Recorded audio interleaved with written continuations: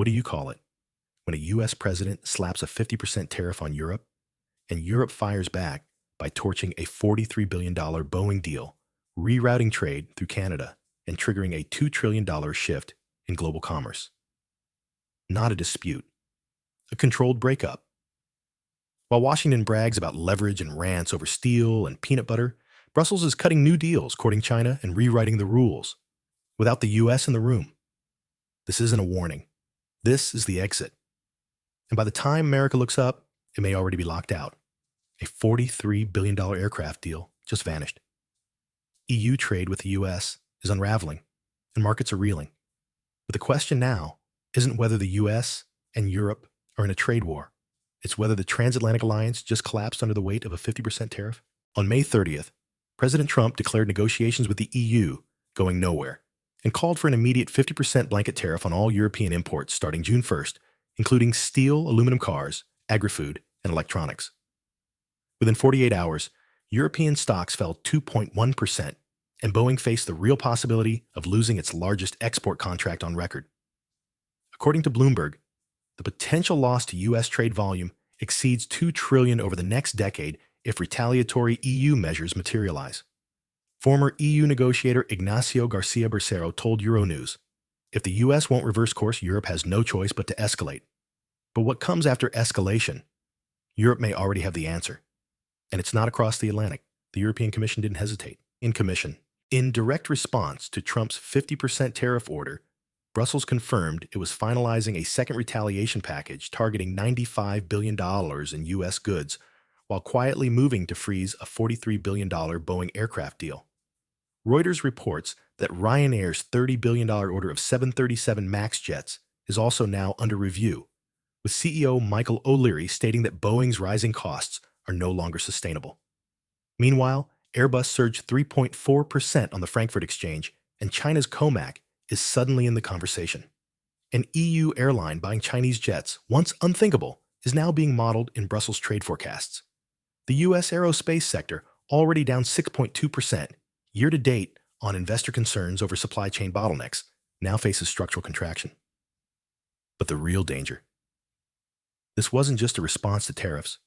It was a trial run for what life without Boeing and without America might look like. And the EU slapped counter tariffs on American staples like Harley-Davidson's Levi's and peanut butter. It wasn't just optics. It was a direct hit on sectors tied to politically sensitive states. Harley's 2024 EU exports dropped 30% year over year, and the company is now projecting $145 million in lost revenue through Q3 2025. But it was American agriculture that took the sharpest blow. U.S. farm exports to Europe plunged by $23.2 billion, as according to the USDA. Wisconsin-based dairy co-op Land O'Lakes cited immediate operational strain following the EU's hike on butter and cheese tariffs. Meanwhile, the U.S. trade deficit hit a record $140.5 billion in early 2025, contradicting claims that tariffs would strengthen domestic output. As Bloomberg noted, tariffs meant to protect have instead exposed fragile dependencies. But the real pivot wasn't fiscal. It was geopolitical. The EU didn't just retaliate. It reoriented. While Washington burned diplomatic bridges, Ottawa built one.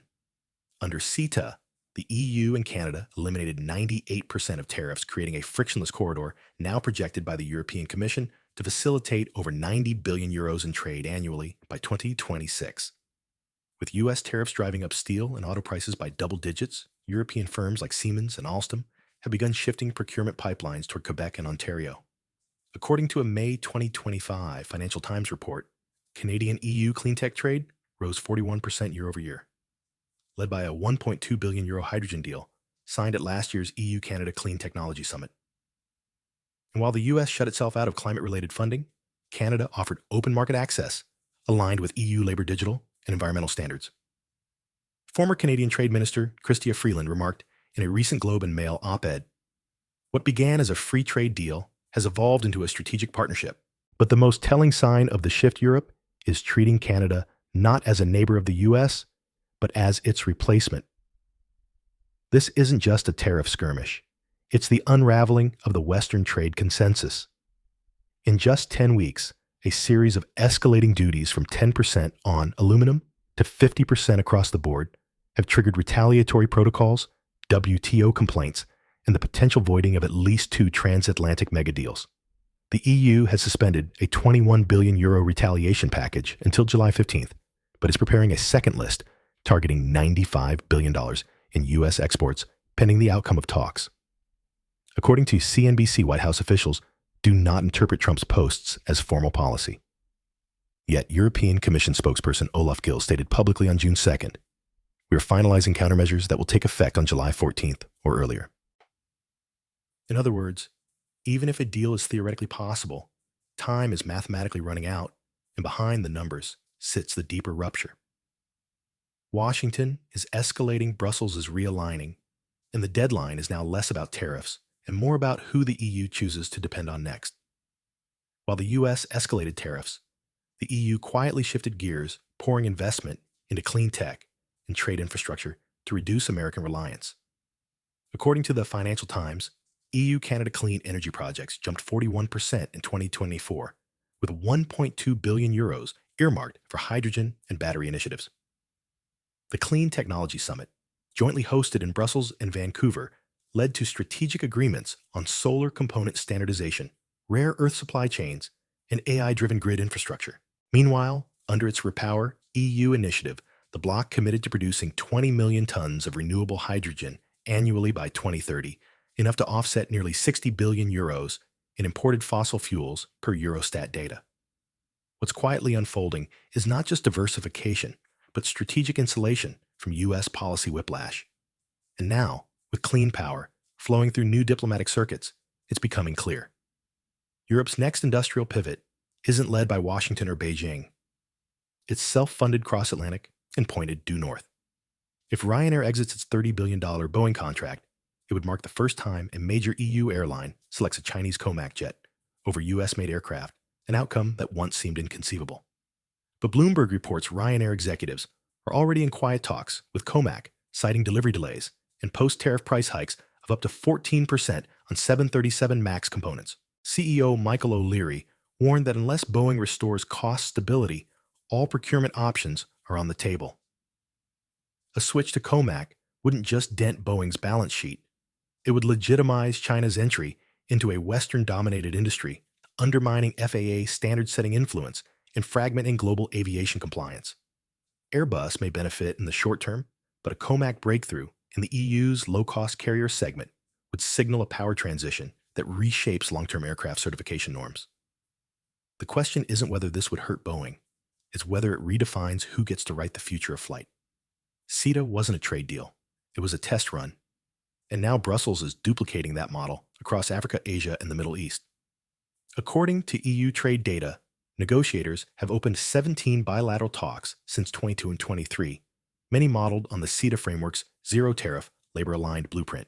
The European Commission has quietly tied digital infrastructure funding to trade terms, offering joint investments in AI semiconductors and fiber optic networks in Kenya, India, and the UAE, while Washington remained fixated on tariff retaliation.